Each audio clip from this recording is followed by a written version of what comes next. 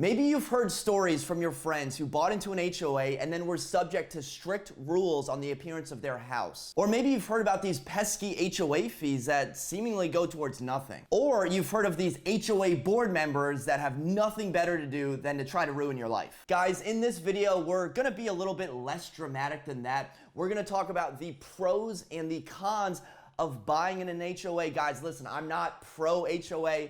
I'm not anti-HOA. I'm Switzerland on this matter. I don't have a dog in this race. Do they still race dogs? I don't have a horse in this race. My job here is to educate and inform on your home buying decision. How's it going, everyone? Matt Leighton. Welcome back to another real estate video. In today's video, we're gonna be talking about the Homeowners Association, also known as HOAs.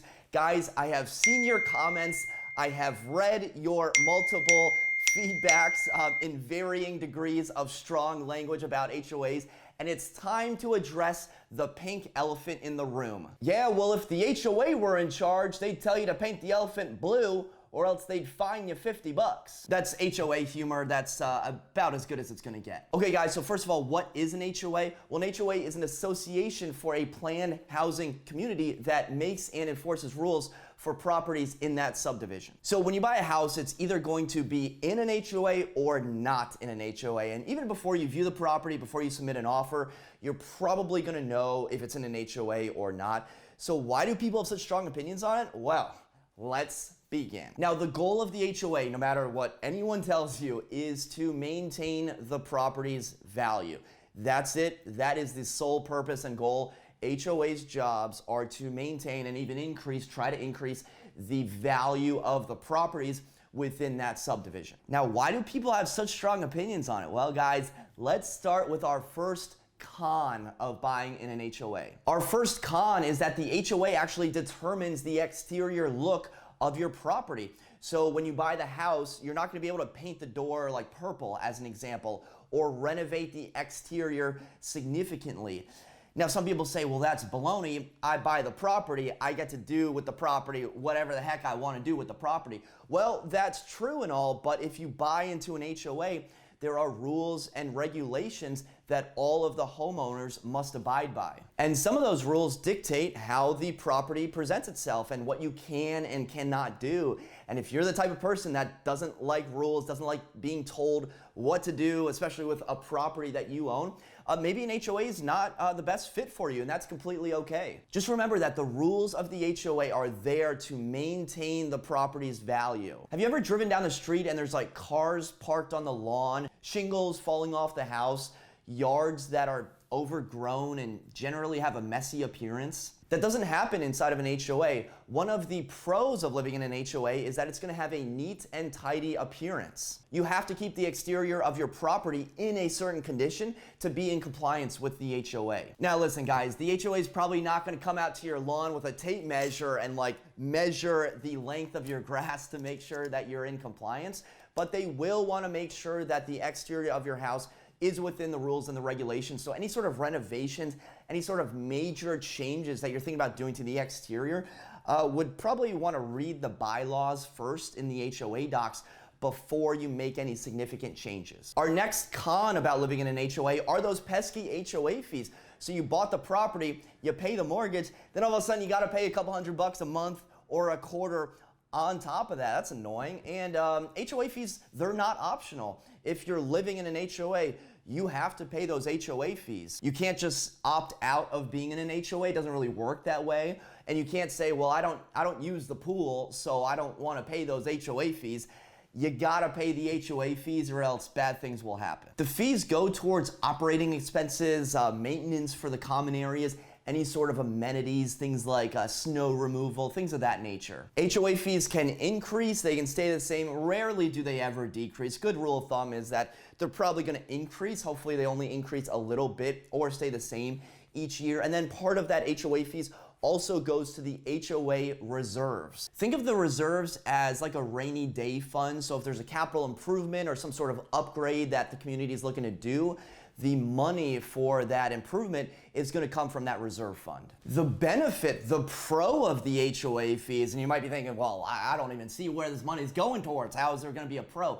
Well, guys, the pro of paying these HOA fees is that you're living a low maintenance lifestyle. Maintenance costs for the entire community are going to be shared, so you don't have to personally go out and hire a landscaper, a snow removal company, or anything. You don't even have to plow your own parking spot. Now you and 100 other owners or 1,000 other owners or however many owners are in the HOA all share in that cost. So number one, frees up your time, because who likes plowing snow? And then number two, it saves you money. If you're just one individual, you need to pay for all of that out of pocket. What you're doing in an HOA is you're paying, everyone is kind of paying a little bit, and so everyone's costs are a little bit lower. And finally, one other possible benefit of an HOA fee, and I say maybe because you're really gonna have to check on the community, is that some HOAs include utilities. So I've seen water included, I've seen gas included. Some have no utilities included, and the HOA fee is much lower.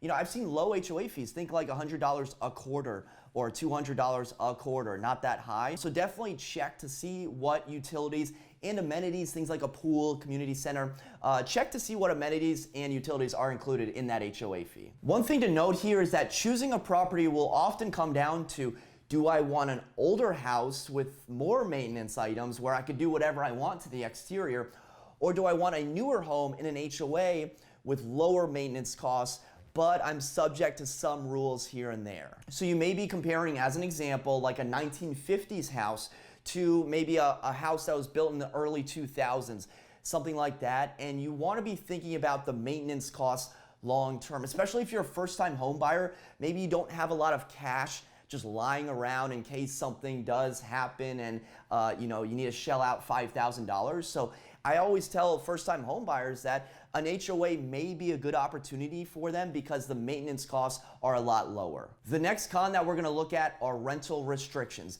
The HOA will probably have some sort of restriction on renting out the property short term. So if you're thinking you're going to buy a house in an HOA and then rent that home out a few days out of the year or a couple times every single month, you may not be able to do that. Some HOAs state in the bylaws that you have to have a minimum lease of at least 6 months, maybe even a minimum lease of 12 months. Guys, you gotta be sure to read the bylaws to fully understand it, because I've seen the exact opposite where it's a vacation community and the HOA has literally been like, yes, we want short-term rentals because that means we're gonna get more buyers that buy these properties, and then that means more demand for them and the prices will increase. So it could work the exact opposite, but for the most part, not everyone's living in a vacation community, and a lot of HOAs do have these short-term restrictions. The pro about rental restrictions is that the HOA is gonna help keep the renter in check.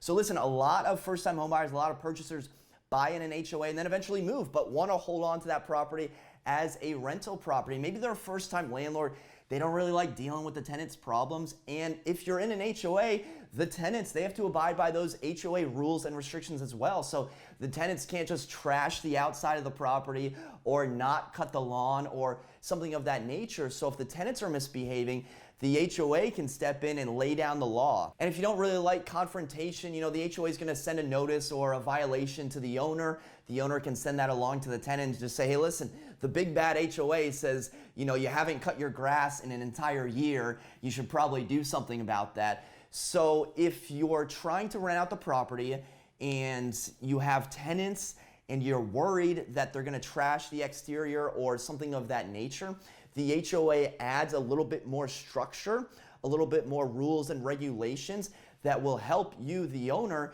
to ensure that the tenant is taking good care of the property. Our next con is that the HOA could be poorly managed. Now, the HOA's job is to manage the property, but not all HOAs are created equally. And what I mean by this is sometimes the HOA is only as good as the people that manage it. And the board of the HOA is made up of homeowners in that community. And if these homeowners have ulterior motives, or maybe they don't like one another, or they don't like spending any money, the HOA may run into financial issues in the future. There could end up being deferred maintenance that affects the values in the community. And if the HOA is struggling financially, that may affect new purchasers that are trying to get a loan on a property in that community. Or it may mean that there's a special assessment around the corner to pay for that deferred maintenance.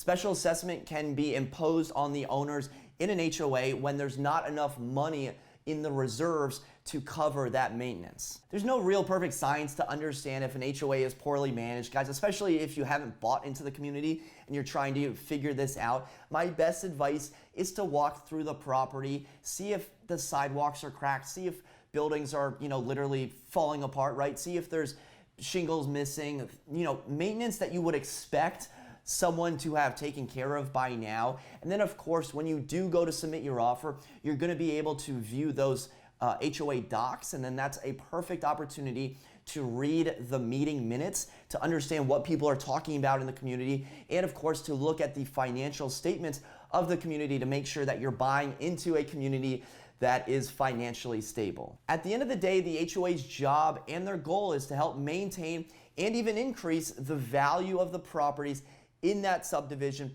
in that HOA. But of course, that comes at a cost. There are rules, there are regulations. Some rules are stricter than others. Some people love HOAs.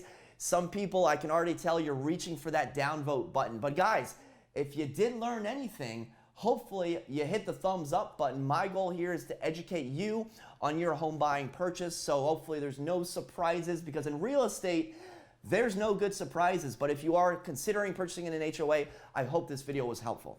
Okay guys, thank you so much for watching. Until next time, create a productive day. Take care.